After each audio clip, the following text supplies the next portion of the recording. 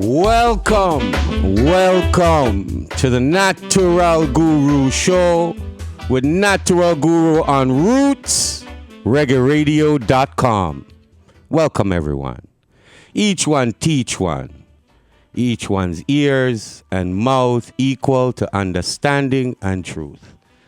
Give thanks and praises this day as we come together again. We join to really celebrate the origins of humanity through the African tradition.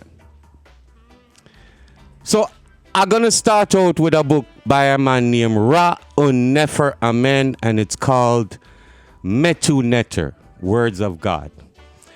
And him say, in order to understand the true message of the black founders of civilization, we have to identify the original tradition and separate it from the contemporary hybrid cultures. This can only be done by making correspondences to the cultures of the nations that are the present day survivors of Kemet, Canaan, Sumer, etc. These are the contemporary African and black Indian nations. So it says the source of the light of the East. While in the past decade, a great deal of progress have been made, at least amongst black scholars, to document the fact that the Kemetans, the people of ancient Egypt, authors of the great Pharaonic civilization, were blacks. A great deal remains to be done to show that the authors of the great civilizations of India, Sumer, Canaan, Phoenicia were also black. Although the fact have been clearly known by white scholars from time immemorial, there have been a conspiracy to hide it from the world. It is the mere product of the inability of Europeans to cope with the fact that the greatest contributors to the establishment of civilization, religion, science, geometry, algebra, astronomy, mathematics, writings, etc., were made by the same race that they enslaved and dispersed throughout the Americas. So what does I tell you now?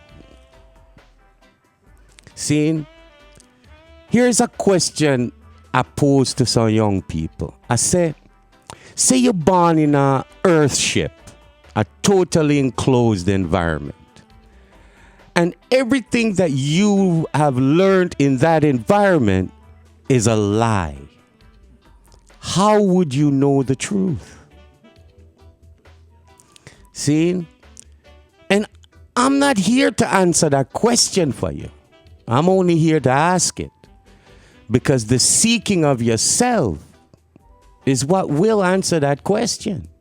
Because ultimately, where the truth is in you. Regardless of the lies we believe. See? So this is the conversation now. Here again, we're taught that civilization comes through the African development. And again, to emphasize, according to the anthropologists, all humanity comes out of Africa. All human genes relate to Africa and Africans. So this is the point of how do we dismantle the lies that have been told? Right? Last week, I read you the story of Jesus. The story of the Christ is some 17 centuries older than the person named Jesus. That the Christ story without the name Jesus is a very ancient story. It speaks to the awakening of consciousness in humanity. See? It speaks to one being awakened to one's higher self being born in the lower self. See? And as I showed you in Africa, the midget people had already worshipped one and only God. So the Israelites have no corner on the fact that there's only one God. The Europeans have no corner on the fact that the Christ is much older than their story. And so again, we come back to this black history is human history. And that has been tainted. I spent the afternoon with my son there and we were discussing his philosophy class. And he was showing me and asking me to give him arguments based on the philosophers, German philosopher. And they were racist. They thought Africa contributed nothing to philosophy. Matter of fact, to this day, there is no philosophical book that gives you a serious argument based on African philosophy, spirituality, religion, and beliefs. It's all broken up. So again, now we come back to if you've always been told lies, how do you know the truth? Here chiseled in the wall of a temple, thousands of years, 1,000 years plus 7 older than the modern story we all believe, but we won't go there. Tomorrow morning, we're still going to believe in the Jesus. Here I showed you the Twas believed in one God or one and only God. The difference was that she was the mother, not the father. And so this is what we have to talk about. How do we dispense and disperse the lies we've been fed and that we actually believe? Because you know what? This is the crucial time for us in this day and age. For black people truly to advance, they have to put the lies down. See? We won't do it any other way. Right?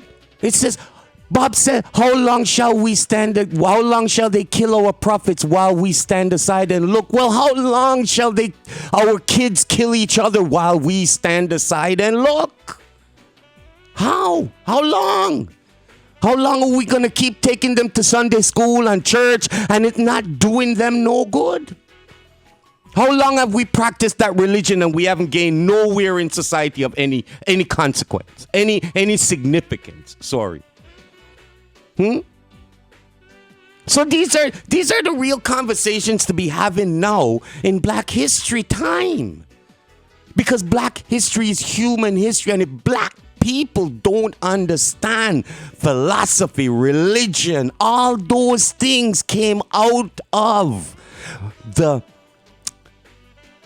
becoming conscious, the Black race becoming conscious. Civilization was a direct result of his consciousness. He didn't create civilization and all of a sudden became conscious. He was conscious before he created civilization. And to say that Africans have no contribution and that this mentality still is the persistent mentality of today. Why we know that? We know that because we have to create a Black school in Ontario to teach Canadian history of Black people. So now what does that say about the society we live in, that it's okay when we send our kids to school, we don't protest the fact that the whole Canadian history isn't being taught?